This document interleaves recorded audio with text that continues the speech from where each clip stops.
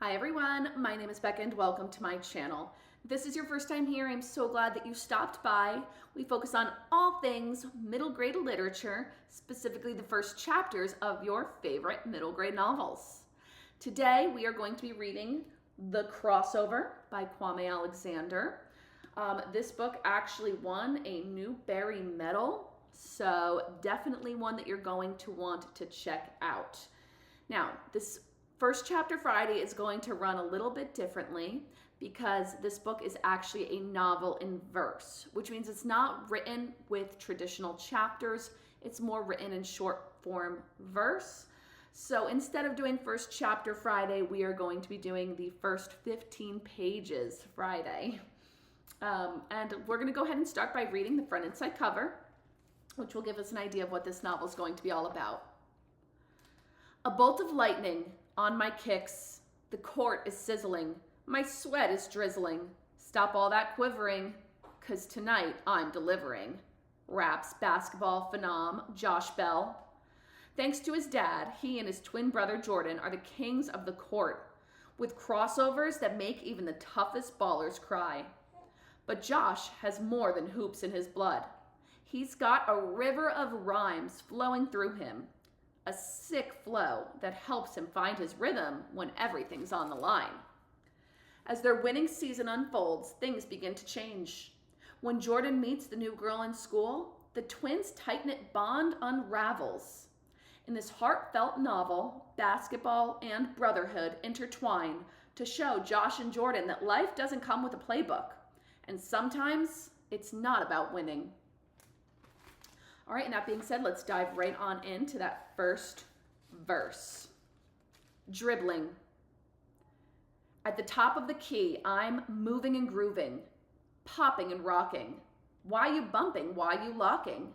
Man, take this thumping.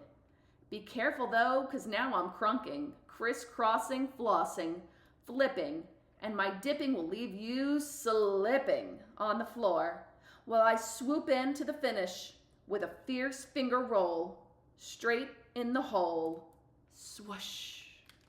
Just to give you a quick idea of what that first page looks like. I'm not going to show you every page, but just want to give you an idea of what a novel in verse looks like, specifically the way Kwame Alexander's writing it. Josh Bell is my name, but Filthy McNasty is my claim to fame. Folks call me that 'cause my game's acclaimed, so downright dirty it'll put you to shame. My hair is long, my height's tall. See, I'm the next Kevin Durant, LeBron, and Chris Paul. Remember the greats, my dad likes to gloat. I balled with Magic and the GOAT. But tricks are for kids, I reply. Don't need your pets, my game's so fly. Mom says, your dad's old school, like an old Chevette. You're fresh and new, like a red Corvette. Your game's so sweet, it's a crepe Suzette. Each time you play, it's all net. If anyone else called me fresh and sweet, I'd burn mad as a flame. But I know she's only talking about my game. See, when I play ball, I'm on fire. When I shoot, I inspire. The hoop's for sale, and I'm the buyer. How I got my nickname. I'm not that big on jazz music, but Dad is. One day we were listening to a CD of a musician named Horace Silver, and Dad says, Josh, this cat is the real deal. Listen to that piano fast and free, just like you and JB on the court. It's okay, I guess, Dad. Okay? Did you say okay? Boy, you better recognize greatness when you hear it. Horace Silver is one of the hippest. If you shoot half as good as he jams. Dad, no one says hippest anymore. Well, they ought to, 'cause this cat is so hip when he sits down he's still standing, he says. Real funny, Dad. You know what, Josh? What, Dad? I'm dedicating this next song to you. What's the next song? Only the best song, the funkiest song on Silver's Blue Paris album, Filthy McNasty. At first, I didn't like the name because so many kids made fun of me on the school bus, at lunch, in the bathroom. Even Mom had jokes.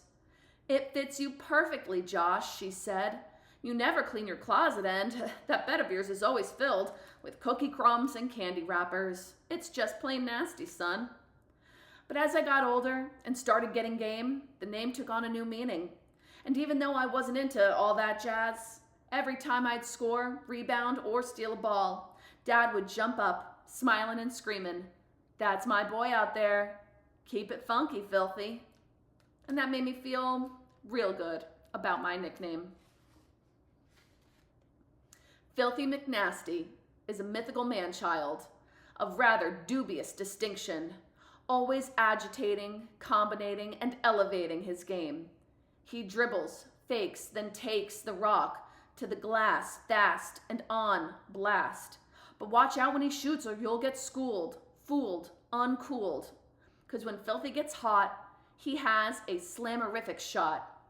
It's dunkalicious classy, supersonic sassy, and down right in your face, McNasty. Jordan Bell. My twin brother is a baller. The only thing he loves more than basketball is betting. If it's 90 degrees outside and the sky is cloudless, he will bet you that it's going to rain. It's annoying and sometimes funny. Jordan insists that everyone call him JB. His favorite player is Michael Jordan, but he doesn't want people to think he's sweating him, even though he is. Evidence: he has one pair of Air Jordan sneakers for every month of the year, including Air Jordan 1 Low Barack Obama limited editions, which he never wears. Plus, he has MJ sheets, pillowcases, slippers, socks, underwear, notebooks, pencils, cups, hats, wristbands, and sunglasses. With the $50 he won from a bet he and Dad made over whether the Krispy Kreme hot sign was on, it wasn't. He purchased a Michael Jordan toothbrush, only used once, on eBay. That's right, he's not sweating him. He's stalking him. On the way to the game, I'm banished to the back seat with JB, who only stops playing with my locks when I slap him across his bald head with my jockstrap. 5 reasons I have locks. 5, some of my favorite rappers have them. Lil Wayne, 2 Chainz, and Whale. 4, they make me feel like a king. 3, no one else on the team has them. And 2, it helps people know that I am me and not JB. But mostly because, number 1, ever since I watched the clip of Dad posterizing that 7-foot Croatian center on ESPN's Best Dunks Ever, soaring through the air, his long hair twisted like wings carrying him high above the rim, I knew one day I'd need my own wings to fly. That is the first 15 pages of the crossover. Personally, I just love the way this novel is written. It's really fun to read. I feel like that 15 pages went by in the blink of an eye. Really engaging, really fun, and I'm sure it's going to be a really important story, being that it won a Newbery Medal. So friends, definitely pick this one up. If you enjoyed this first chapter, Friday Read Aloud, please like and subscribe so you can be notified every time there is another Read Aloud available for you.